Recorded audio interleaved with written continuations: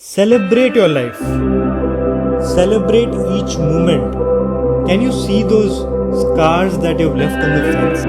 Brahma Day or Brahma Night, we'll call it a Kalpa. Hello everyone, welcome back to my channel. This is Siddesh. Before starting the video, I would request you all to like the video, comment on the video, share the video as much as possible, subscribe to my channel and hit the bell notification button to keep getting notification whenever a new video is posted. So today I'm going to talk about a fact about Mahabharata which a lot of people might not be knowing. Maybe some people know, but most of them would not be knowing, at least in the current generation. So Mahabharata, believe it or not, is a poem, first of all. A lot of people would think that it's a story, it's a anthology, but no, it's not. It is a poem. Another thing you would not know is that Mahabharata is the longest poem in the world. Longest surviving epic poem in the world. There is no poem which is longer than Mahabharata.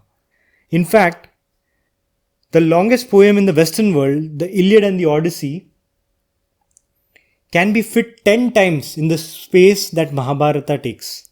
10 times Iliad and the Odyssey makes one Mahabharata.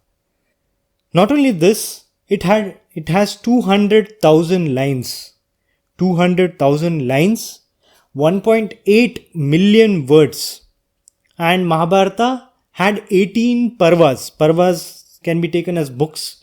18 parvas, and again there were sub-parvas inside, which made 100 sub-parvas. So you can just think how well defined, how long, how detailed it is, and because it's a poem, how complex it would have been to write it.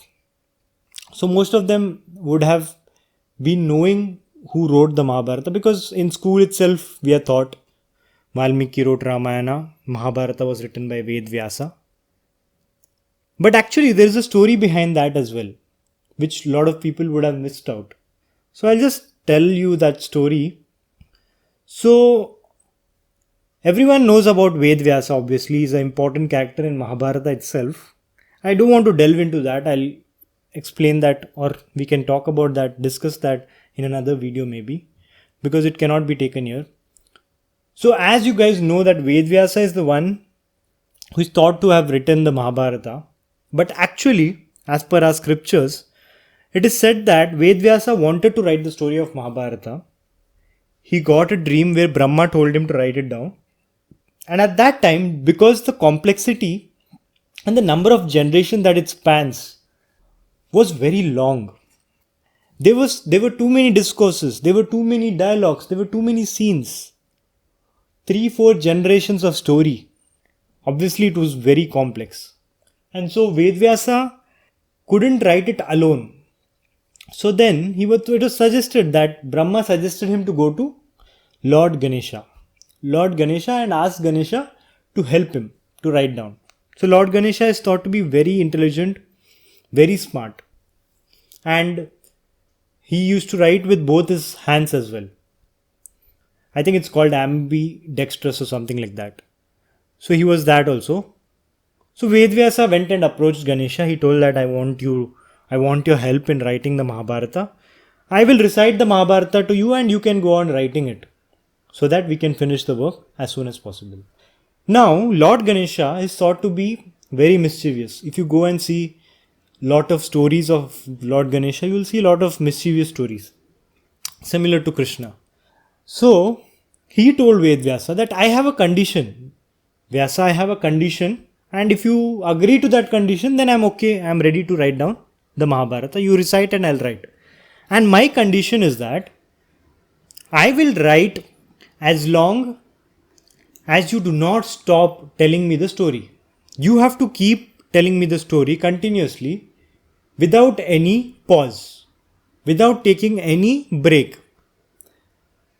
And after listening to this, Ved Vyasa understood that it is going to be difficult, because he cannot without taking a break, he cannot just go on talking. And with the speed of Ganesha, he would finish writing the poem very, very fast, and he would not be able to catch up with the speed while reciting.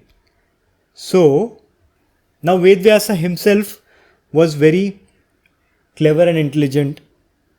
So, he came up with a brilliant idea. He told Ganesha that, okay, I am ready to take your condition, but I also have my own condition.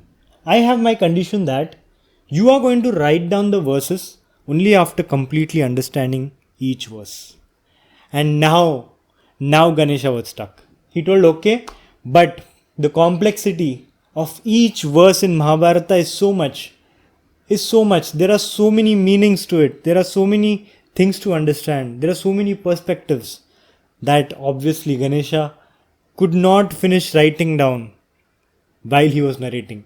So whenever he used to narrate a verse, Ganesha used to go in deep thought to understand the situation, to understand the perspective.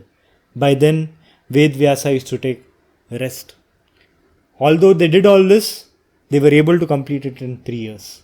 So this is how our scriptures tell the story. And I think we have to celebrate our scriptures. We have to celebrate our epics. We have to celebrate our history. That's it for today's video, guys. Thank you. See you soon in a new video.